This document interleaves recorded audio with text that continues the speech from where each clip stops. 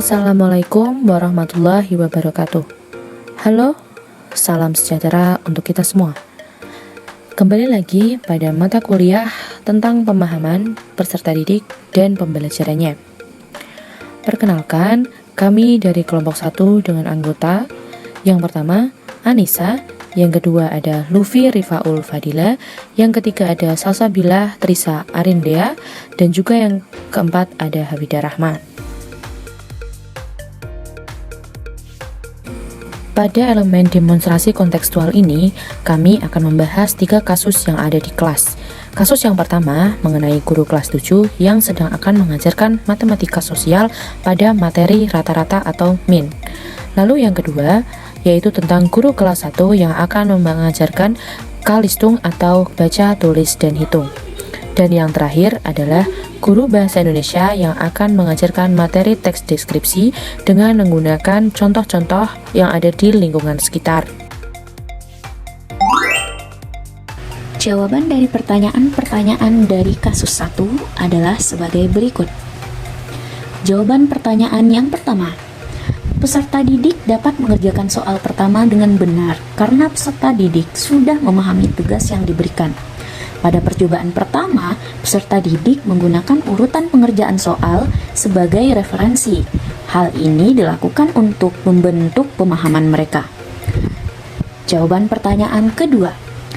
Metode pembelajaran tersebut dapat diterapkan pada pembelajaran serupa yang mengharuskan siswa mempelajari materi secara terstruktur. Metode ini relevan dengan teori konstruktivisme. Teori konstruktivisme adalah teori yang menjelaskan pengetahuan tumbuh dan berkembang berdasarkan pengalaman yang sudah didapati sebelumnya. Baik, selanjutnya saya akan menjelaskan mengenai kasus kedua. Untuk pertanyaan pertama, jawabannya adalah dalam membantu peserta didik sesuai usianya, yang dapat Rina lakukan ialah menerapkan pembelajaran dengan pendekatan bermain seperti berhitung menggunakan kartu angka atau melalui pembelajaran sambil bernyanyi. Untuk pertanyaan kedua, hal tersebut adalah hal yang kami sarankan karena anak pada tahap kelas 1 SD masih berada pada tahap perkembangan operasional konkret, di mana pada tahap tersebut anak harus diperkenalkan atau melihat media nyata sesuai materi yang dipelajari. Teori yang berkaitan dengan kasus ini ialah teori konstruktivisme, di mana teori ini mengedepankan pemahaman berdasarkan pengalaman. Selanjutnya, saya akan menjelaskan pembahasan terkait studi kasus ketiga. Untuk pertanyaan pertama, pertimbangan dan keputusan yang diambil oleh Made terkait membuat contoh teks deskripsi dengan menggunakan objek lingkungan sekitar sudah sesuai.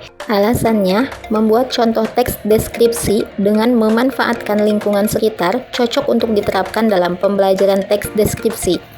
Teks deskripsi merupakan teks yang membuat pembaca seolah-olah dapat melihat, mendengar, atau merasakan apa yang disampaikan dalam teks, sehingga penggunaan contoh hal-hal yang sering dilihat oleh peserta didik, dalam hal ini pantai dan makanan khas Bali, di mana peserta didik tersebut berada, akan lebih memudahkan peserta didik dalam memahami pembelajaran.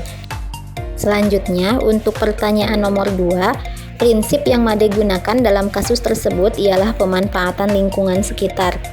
Hal tersebut sesuai dengan teori belajar sosial kognitif oleh Albert Bandura yang menjelaskan bahwa seseorang berkembang melalui proses pengamatan, mencontoh dan meniru perilaku atau reaksi emosional orang lain dalam proses belajar.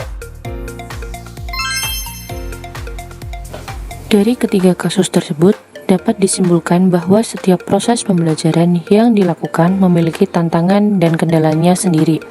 Oleh karena itu, setiap guru diwajibkan untuk memiliki solusi atas tantangan tersebut untuk mewujudkan pembelajaran yang efektif dan efisien, agar tujuan pembelajaran yang telah ditetapkan dapat dicapai dengan semestinya. Baik, itulah hasil dari diskusi kelompok 1. Kurang lebihnya, kami mohon maaf. Wassalamualaikum warahmatullahi wabarakatuh. Sampai jumpa pada tugas selanjutnya.